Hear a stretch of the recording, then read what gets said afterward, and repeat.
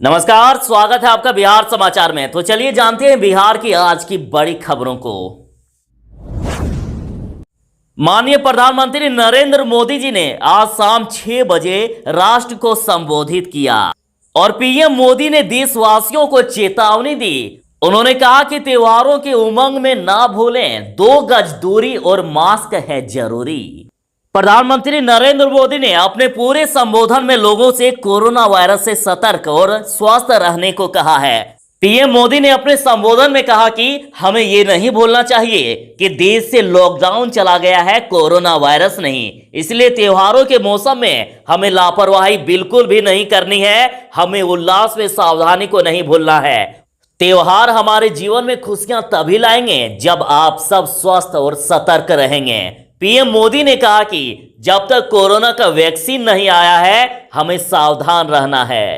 PM Modi ने देशवासियों से कहा कि विश्व में सभी देश वैक्सीन के लिए युद्ध स्तर पर काम कर रहे हैं। सरकार इस प्रयास में है कि जैसे ही वैक्सीन उपलब्ध हो वो हर भारतीय को मिले। योगी आदित्यनाथ के पहुंचते ही रैली में लगे जय श्री राम के नारे और सीएम बोले कि हम विकास की बात करते हैं और वो जाति की। मुख्यमंत्री योगी आदित्यनाथ की चुनावी जनसभा कैमूर में हुई और उनका स्वागत उनके समर्थकों ने जय श्री राम के नारे के साथ किया। उन्होंने लोगों को संबोधित करते हुए कहा कि अयोध्या से भगवान राम का संदेश लेकर नवरात्रि में आया हूं। विश्वामित्र की तपोभूमि से जुड़ी है रामगढ़ की भूमि और हमने जो कहा वो किया। राम मंदिर बनाने का कार्य शुरू है। एनडीए की फिर सरकार बनाएं।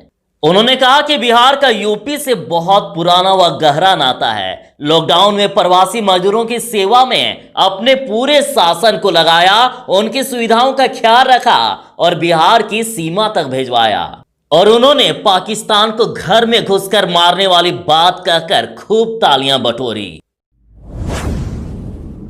सचिवालय में लगी भीषण आग और ग्रामीण विकास विभाग के कागजात हुए खाक और विपक्ष बोला नीतीश सरकार घोटालों को छिपाने के लिए लगवा रही है आग।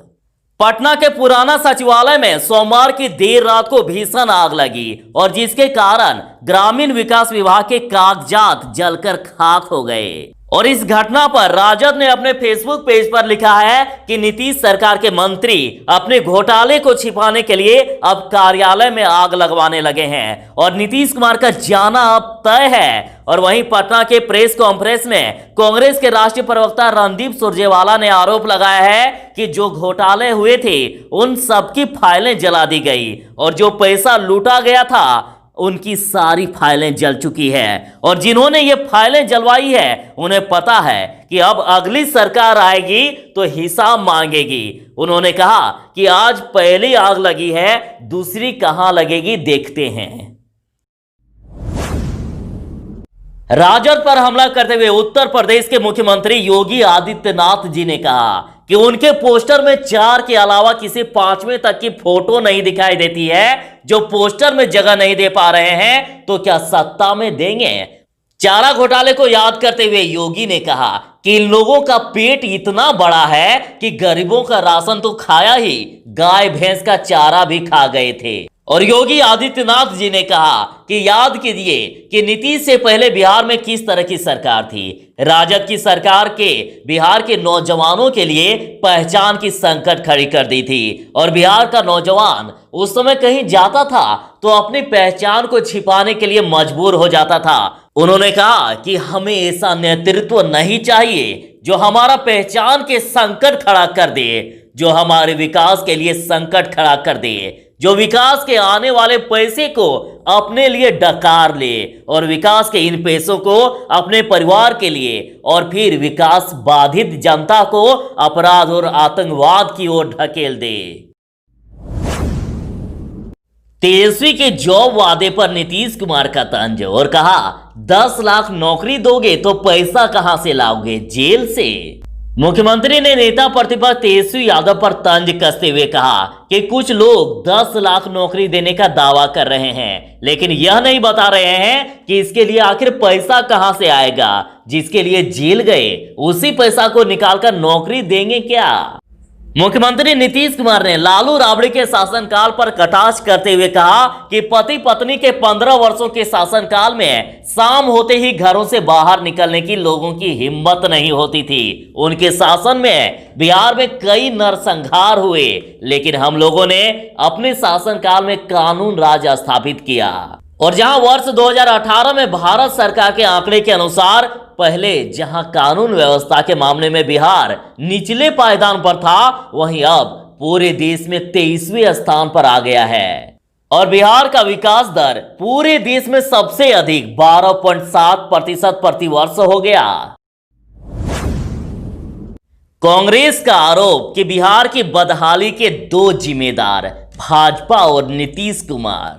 और ये बातें कांग्रेस के महासचिव व मुख्य प्रवक्ता रणदीप सिंह सुरजेवाला ने कहा। सुरजेवाला ने कहा कि 5 साल में 1.25 लाख करोड़ के पैकेज में मात्र 15.59 करोड़ रुपए का ही काम हुआ है, जबकि केंद्रीय गृह मंत्री कहते हैं कि बिहार की तरक्की 1.25 लाख करोड़ के पैकेज से हुई है। उन्होंने पैकेज की परियोजनाओं की स्थिति की जानकारी दी और कहा 54,713 करोड़ राष्ट्रीय राजमार्ग, गंगा सोन और कोसी नदी पर पुल निर्माण तथा 12 रेलवे ओवरब्रिज के निर्माण पर खर्च किया जाना था।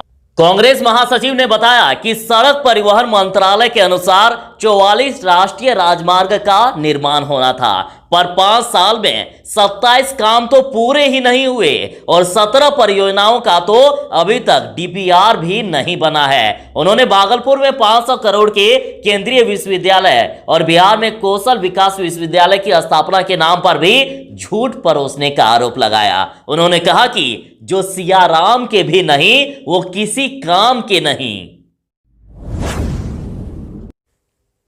सीएम नीतीश कुमार का लालू राबड़ी पर हमला और कहा पति पत्नी ने जनता को बिजली के लिए तरसाया, हमने हर घर बिजली पहुंचाई, अब गांवों में लगवाएंगे सोलर लाइट। मुख्यमंत्री नीतीश कुमार ने लालू राबड़ी पर निशाना साधते हुए कहा कि पहले पति पत्नी के राज में बिजली का क्या हाल था ये सब जानते हैं, और पहले 700 मेगावाट बिजली की खपत बिहार में होती थी और अब 6000 मेगावाट खपत होती है, और हर घर तक बिजली पहुंचाने का लक्ष्य दिसंबर 2018 तक था, लेकिन हमने अक्टूबर में ही हर घर बिजली पहुंचा दी। उन्होंने कहा कि यदि मौका मिला तो हर गांव में सोलर स्ट्रीट लाइट लगवाएंगे। हम सिर्फ ऐलान ही नहीं करते, काम भी करते हैं। और सीएम नीतीश ने कहा कि अगली बार मौका मिला तो पूरे बिहार के बाजार के बगल में बाईपास बनेगा, और हम लोगों ने अगले 5 साल के लिए 7 निश्चय 2 का ऐलान कर दिया है ताकि बिहार के लोगों को बाहर जाकर नहीं काम करना पड़े। और बिहार में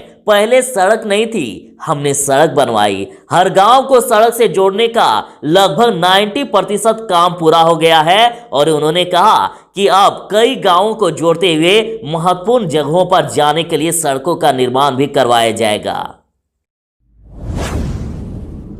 दैनिक भास्कर की रिपोर्ट देखिए, सीएम बनना जिनका सपना उनके गांव से रिपोर्ट है।